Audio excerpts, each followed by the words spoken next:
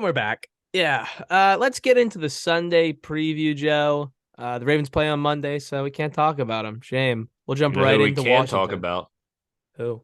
The Washington Commanders. I'm Yes, gonna take sir. these glasses off because I can't see a goddamn thing on my laptop screen. Whew. All right. Commanders. They're hosting the Minnesota Vikings, who are quietly 6-1. Yeah. I mean, like a church mouse, they've just snuck to a 6-1 record. When was that loss to the Eagles? Was that week 2 or 3? That was early on. They're only lost. My guess is week two. Let me get a look real quick. But by the way, the I know it was Manders are Monday hot. night. They're on a 3-game win streak. Yeah, week So, two they lost 24-7. so look at that. They've rattled off 5 in a row. The Commanders have rattled off 3 in a row to Yep. get to 500. They still are in last place in a very good division record-wise this year. So let's just take a look at it right now. The Commanders are 3-point dogs at home, under a 43.5. You talked about McKissick. I don't think Dotson's playing again, which has been disappointing because he's No. been a real weapon. On the other side, with Hawkinson coming in, we should have mentioned it, but Irv Smith, probably with Hawkinson coming in, was already not going to be effective. He's pretty much Yeah. done for the year I'm uh, thinking that. with a high ankle. He was put on IR. He's 8 to 10 weeks. I mean, unless he goes somewhere else, is there any like fantasy value anymore for Irv? To be honest, he's just In the always been future, injured. probably not. Yeah, that's what I'm saying. I think you're firing up everybody. McLaurin, if you got to. Curtis Samuel, he still gets his touches. Yeah. Jefferson, Thielen, Hawkinson. I love Kirk Cousins in this matchup. I'm playing him. It's juicy against a bad defense. Is Yep. Chase Young back this game?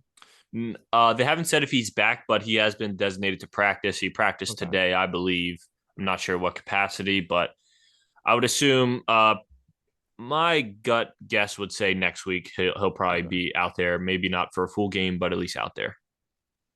And then running back wise, I think Antonio, it's really weird, especially because he's not playing, but Brian Robinson, who looked like he was getting the starter work, didn't see the field until the third possession. And Yeah, Gibson did return the opening kickoff, I think, and then played the very first 2 sessions. strange. So I don't know what to expect there. Gibson, for one thing, will catch passes, and Robinson does not. So I liked your thoughts on that earlier. I'm going to go with the Vikings. Kirk Cousins is playing at 1 o'clock. Yeah, I can't blame you. In a game that is this close, there's no way I can't back my guys. I love Kirk from an NFL standpoint. Revenge game. Yeah, it is. You like that. I love Kirk because I see what you did there. I never wanted Kirk to go. You know, I never wanted Kirk to go from Washington. So I'm gonna back my guys, but in a very very very very small way. I always want Kirk Cousins to succeed, and I mean that honestly. So I'm gonna go with Washington. That was very nice of you, Joe. Let's go to Atlanta. The Thank you. Chargers are 4-3, visiting the 4-4 Falcons. Oh boy, Keenan Allen, like we said, he Yeah, just ugh. Now it looks like the only guy standing right now is Joshua Palmer, so I think he's a pretty good streaming option. I think he's better than DeAndre Carter if you're looking for overall fantasy points. Just receives the ball a lot better down the field. Cordell Patterson, like we said, we don't know yet. It should be a pretty good matchup for both sides, especially to see if Herbert can get back on track. He's been throwing the ball a lot, but not necessarily scoring. Austin Eckler is obviously the king here. yep. Falcons are 3-point dogs at home, over under 49.5. So a nice high scoring projected game. I'm going to be on oh boy. Give me the Falcons here. Yeah, it's crazy because if you would have said before the season that the Chargers were only 3-point favorites against the Falcons, I think we would have all been shocked to hear that, considering what we were expecting the Falcons to be like a bottom five team, expecting the Chargers to take that big leap this year. But injuries have really stopped that. So um yeah, I I know that the injuries are there for the Chargers, but I've just always had kind of a blind trust in Justin Herbert and that team as a whole. So I'm going to go with the Chargers. Let's go to Chicago. The Miami Dolphins are 5-3, visiting the 3-5 Chicago Bears. Bears obviously have Chase Claypool. Not really certain what his involvement will be. I believe we will see him out there, but right now the Bears, a lot of road favorites. The Bears are 4.5-point dogs at home, over under 45.5. It's pretty average, I'd say. You're firing up everybody on the Miami offense. Tua, Mostert, Hill, obviously Waddle. Waddle, but Do you get Mike Gesicki involved here?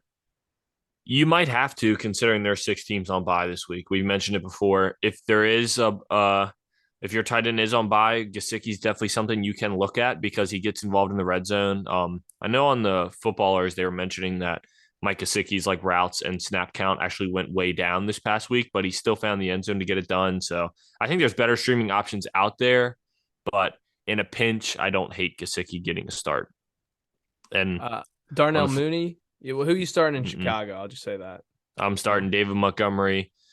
Khalil Herbert, I want to say could be flexed if and another that's another guy that's in a pinch. You could flex him, and I think Justin Fields should have. I mean, if he keeps the rushing ability that he's been showing, they've finally been kind of having some design runs, and he's been scrambling well. Those unscripted plays. So I think Justin Fields is a back end quarterback one this week. Might be a Justin stretch, Fields. but Justin Fields has been a top five fantasy quarterback over the last month now. yeah, There's been people on buys. He hasn't had his buy, but he's been playing a lot better, mainly with the legs. And I will say, everybody who's been waiting for it, Justin Fields has 159 pass attempts through 8 games. He has finally passed Joe Flacco, oh who Jesus has Christ, who has through 3 games. Flacco had 155, so he passed him by 4 attempts in just 5 more games. So congratulations to both gentlemen who competed, thank God. and I'll be on the Dolphins. Yeah, tough one to be honest. It really shouldn't be. My initial thoughts are Dolphins all the way, but Dolphins. Bengals 4-4 coming off a bad loss on in prime time where they just couldn't get the ball moving. They'll play the Panthers, who are coming off an even worse loss where they blew it twice on kicks and taking helmets off. Panthers Mm-hmm. are 2-6. Bengals, like I said, 4-4. Couple of jungle cats going at it. Yeah, Oh, you feeling it? I didn't think about that, but you're right. That's The funny. Bengals are 7-point favorites at home, over under 42.5. Nothing really to be said here, except we know that there still will be no Jamar Chase. I think you got to fire up everybody like usual. DJ Moore, I Yep, mean, he's playing better. You yep. got to play DJ, PJ Walker. You're obviously not playing him, but he's been good to get those guys the football. And Donta Foreman. I think Chuba has been practicing and might be back, but how do you not play Donta Foreman Yeah, after, even with Hubbard involved, gave you a pretty good game 2 weeks ago? yeah.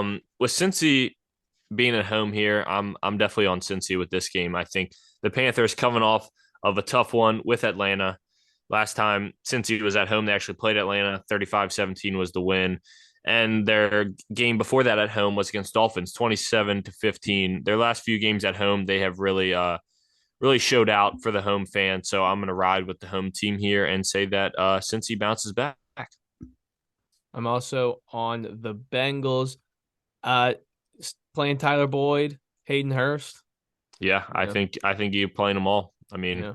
most people. I mean, it might not be everybody. Like I know in our league that somebody that did have Tyler Boyd is Jackson, obviously, and he doesn't have to play him. But in most situations where you picked up Tyler Boyd, it was probably two plug and play. So I'm assuming you're playing him. Green Bay is 3-5. Ugh, they're visiting the 1-6 Crazy. Detroit Lions. That sounds a little more right. Uh, the Lions are 3.5 point dogs at home, over under 49.5. I think we're all just hoping for a nice shootout. DeAndre Swift is questionable. Alan Lazard is questionable. Christian Watson is trying to get through concussion protocol. He finally came back from a hamstring. I think it was last week, and immediately I got a concussion. I almost made Alan Lazard my start of the week. I really like Alan Lazard in this matchup, especially if he plays and Yeah. plays like a full game. I really like Alan Lazard. Aaron Jones is good. I think if you have Rodgers, this is Rodgers playing me, so of course he's gonna have his one game this year where he really shoots out. But I think you can fire up just about everybody here. Amon Ra. I mean, I think Romeo Dobbs is Yeah, a he's getting flex a flex. consideration. He's getting a Yeah. flex play for me this week No with a AJ bye. Dillon. Don't do it. No, AJ Dillon hasn't shown it yet. On the flip side, if Swift plays, I mean, if You still play Jamal if I had to Williams. play him, yeah, I was gonna say that I would. If Swift plays, I'm playing both because if you're the Jamal Williams manager, you probably have no problem putting him in the flex for his touchdown ability. And DeAndre Swift, if he plays, you're probably playing him for his pass catching ability. And Amon-Ra St. Brown is in there, of course, and that's about it. And when it comes down to the game, uh, God, the Packers have just. I think that it's as serious as it can get for the Packers is this point right now. Are you going to go 3-6, or are you going to slightly claw back to almost 500 at 4-5? I'm going to say that the demise of the Green Bay Packers is here, and I'm going to take the Lions plus 3.5. Wouldn't surprise me if they win this one outright. Ooh, Yeah, I think this is a tough line, to be I'm honest. gonna I'm gonna take the Packers. I think losing Hawkinson in the trade is a little tough on the locker room. I mean, they're pretty much saying they're folding it in. Yeah, it's a good So give me the point. Packers. Let's go. The Las Vegas Raiders are 2-5, visiting the 2-6 Jacksonville Jaguars. Ooh, the line right now, Jacksonville plus 1.5 at home, over under 48. Off the bat, I'll take the Raiders. Raiders had a terrible game last week. I expect them to play a little better this week, and Jacksonville just does not look good. Yeah, Um, I'm hoping this is a smash over game. yeah, Points, points, points is what I'm hoping to see. Um, same from Devontae Adams. yeah, yeah, I'm sure you are. Uh, maybe he'll get one catch for 3 yards and or 4 yards and a jet sweep that he gets -1 yards to finish with 1.3. Daniel Carlson won't kick either. I don't But have Daniel Carlson, but that's okay. yeah. um yeah, I mean, I guess you are believing in the bounce back for the Raiders here after just a terrible loss. Uh I think you should be right. But at the same time, I'm going to go with the Jags. Travis Etienne should be a smash. Christian Kirk is in. Evan Ingram's in if you need a tight end for your bye week. I think Trevor Lawrence is a great quarterback play this week. I was going to play Trevor Lawrence until our trade this week. Um, but I'm going to. Joe Burrow's the guy. He's getting the start. On the flip side, I don't think you really want to start Derek Carr, but Josh Jacobs, Devontae Adams, Waller, if he plays, I don't really want to play him still, to be honest. Like I would say if you don't have to, you probably don't want to play Darren Waller. And I'm actually going to go with the Jags. I think this is similar to the Packers. I think the Packers and the Raiders, like even though it's strange to say with the talent on the Raiders team, I don't think that they are a good team. I think their defense is terrible and their offense just hasn't clicked yet to really make them like able to win games. So I'm going to ride with the Jags. I'm going to say Doug Peterson, Trevor Lawrence, Travis Etienne, that group of guys gets it together and at least doesn't lose by 1.5 points. Indianapolis Colts are 3-4-1. They visit the 4-4 New England Patriots. Somewhere out there, Soup's wishing Peyton Manning's going to visit Tom Brady again. But guess what? It's Sam Ellinger versus Mac Jones. Maybe Thank Bailey's God. happy if things go awry. The Colts are the Colts are 5.5 point dogs on the road. Really, that seems a little big for this game. It I does mean, seem pretty I big. guess maybe because of the backup quarterback, but I don't think the Patriots have been super spectacular. Over under a 40.5. That's gross. Let's just take a look real quick. It just says Jonathan Taylor is questionable. I'd say it's not looking good for him to play.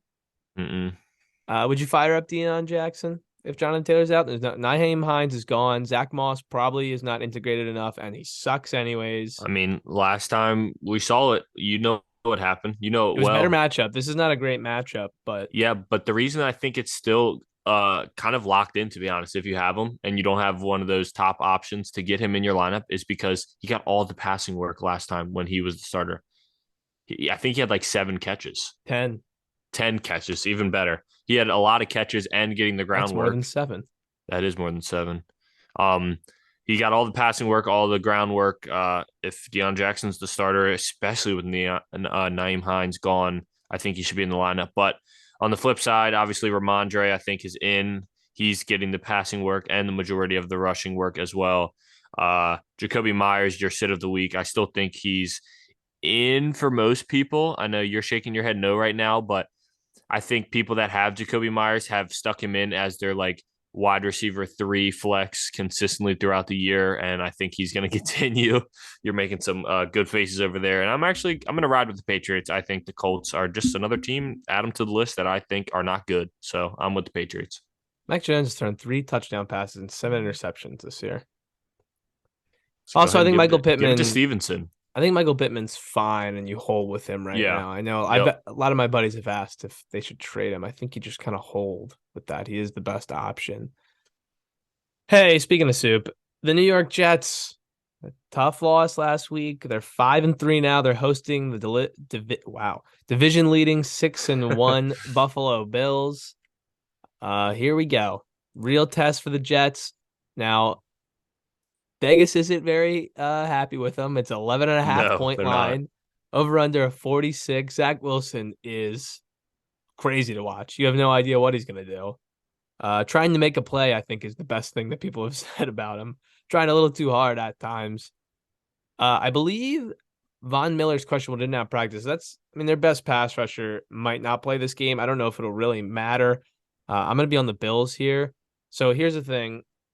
Would you, after last week, you playing Garrett Wilson? I think I put him in that wide receiver 3 flex range. Yep. Yep. Obviously, for the Bills, all their wide receivers you're playing. Now, here's the thing: where do you sit on Devin Singletary now with Naeem Hines in the fold?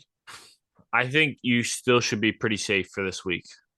This may be the last week you can safely plug Devin Singletary into your lineup because obviously I don't know this to be true, but the way I'm projecting it is that Naeem Hines will come in for a lot of this passing work. I think that they wanted a veteran pass catching back like this to make this Super Bowl run, you know? And if Devin Singletary were to ever go down, I think Naeem Hines is going to fill into a very similar role to what Devin Singletary has right now. So, obviously, Josh Allen is in. You already mentioned receiving work there. It's tough because you see these lines, you think of the Jets defense has been pretty good this year. But then on the flip side, the Bills have been winning by double digits during a lot of these double digit favored weeks. I think I'm going to go with the Bills here. Just don't see how the Jets offense is going to keep up. 5-3 Seattle at 3-5 Arizona. The division leading Seattle Seahawks are dogs on the Yeah, road. this They're line is plus wrong. 2. Yeah, it is. So I'm going to take the Seahawks. Yeah, 49 and a me half. too. 49 and a half is the over under. I know Arizona production wise has gotten a little better when DeAndre Hopkins has come back, and I'm probably playing Rondale Moore this week. He looks a little better. Yep. I know there's been a lot of talk about him playing on the slot, not on the outside. Kenneth Walker looks good, but I mean, I think you're playing everybody that you need to. I wouldn't necessarily say play Robbie Anderson, and Rondale Moore, I think, is a flex at that. But everybody else, D Hop's a lot, Kenneth Walker's a lot. I mean, Tyler Lockett and DK Metcalf, I don't think anyone expected them to play last week, and they both had very Yeah. good weeks. They caught a touchdown pass, so why wouldn't you play DK. him? DK was such a strange situation.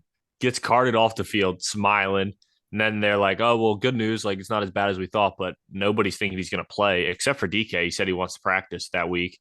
Practices in limited fashion. Goes out there and still has a good day. I mean, it's just like something is in the water with the Seattle Seahawks, and things are just going right. And I think they're going to continue. Like you said, I think everybody's in this week.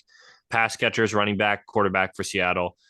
Pass catchers, running back question mark and quarterback for Arizona. What do you think about the backfield for Arizona? If James Conner's in, I'm Yeah. assuming that's a start question for you, Deion Jackson, James Conner. What's that looking like for your own roster? Yeah, I'm not sure. James Conner, it just has not been very good this year, but the whole offense hasn't. So I'm wondering, what does James Conner look like with DeAndre Hopkins back? Because does that open Yeah. up some stuff? Yeah. I'm not 100% sure. I'll have to take a look at it on Sunday, but it'll be interesting to see. I probably lean James Conner a little bit there just because I think points can be put up in this game a little more than they can be in Yeah. I think the New matchup is way England versus better. Indianapolis. Yeah. Yeah, so I'm gonna be like I said on Seattle. I don't really know how Arizona's favored in this game. I I mean, think they've been just because playing better, but they're not winning. divisional home matchup, they give you a lot of boost for your home crowd, this and that. I mean, technically, if you think about it, usually when you're the home team, you get 3 points, and they only have two here, so that means definitely money is coming in on Seattle. The Rams are 3-4 visiting the 3-5 Tampa Bay Buccaneers. Cooper Cup did return to practice today. This is Thursday in limited fashion. I don't think there was expectation for him to miss the game, but obviously after we saw him go down, a little bit of concern. This is two of the teams I think everyone would have expected to be the top of the NFC, and they have not been. both under 500. Tampa is 3-point favorites, 42.5 over under. Obviously, you're firing up Mike Evans, Godwin, on the other side, Cooper Kupp, Higbee. I mean, just keep Back-to-back running them out duds. there. Back-to-back Yeah. duds, yeah. I think Leonard Fournette as well on the Buck Cam side. Akers is questionable. No, yeah, no quarterbacks you really want to be playing in this matchup either. I mean, this is NFC Championship rematch, and to see a 3-4 Rams versus a 3-5 Bucks after the teams that we saw play last year with just electric offenses and stick it to you defenses, it's crazy. I'm really trying to think with this one because there's not a lot of fantasy decisions to really bring up. I think it's kind of cut and dry with both of these teams, but I'm just trying to think of who I really think is going to be winning here. I'm going to actually go with the Bucks here. I don't like it at all, but I am going to say with the Cooper Kupp ankle injury, although I think he'll play, even having a limited Cooper Kupp, and he's obviously their offense, so him being limited should limit their offense somewhat. And I'm going to say that the Bucks. God, no, I hate it so much. God, just talking about that really makes me want to switch. Give me the Bucks. The divorce is out there. He's got nothing to worry about anymore. Deep breath. And we're on the Rams. I've talked myself out of it. We're on the Rams. Sunday Night Football. The Tennessee Titans are 5-2 at the 5-2 Kansas City Chiefs. Like I said earlier, Derrick Henry, he missed 12.5. Wow, I didn't see that. Missed the practice today. It was originally labeled as foot, now labeled as personal. So who the hell knows what that means? He's going to play.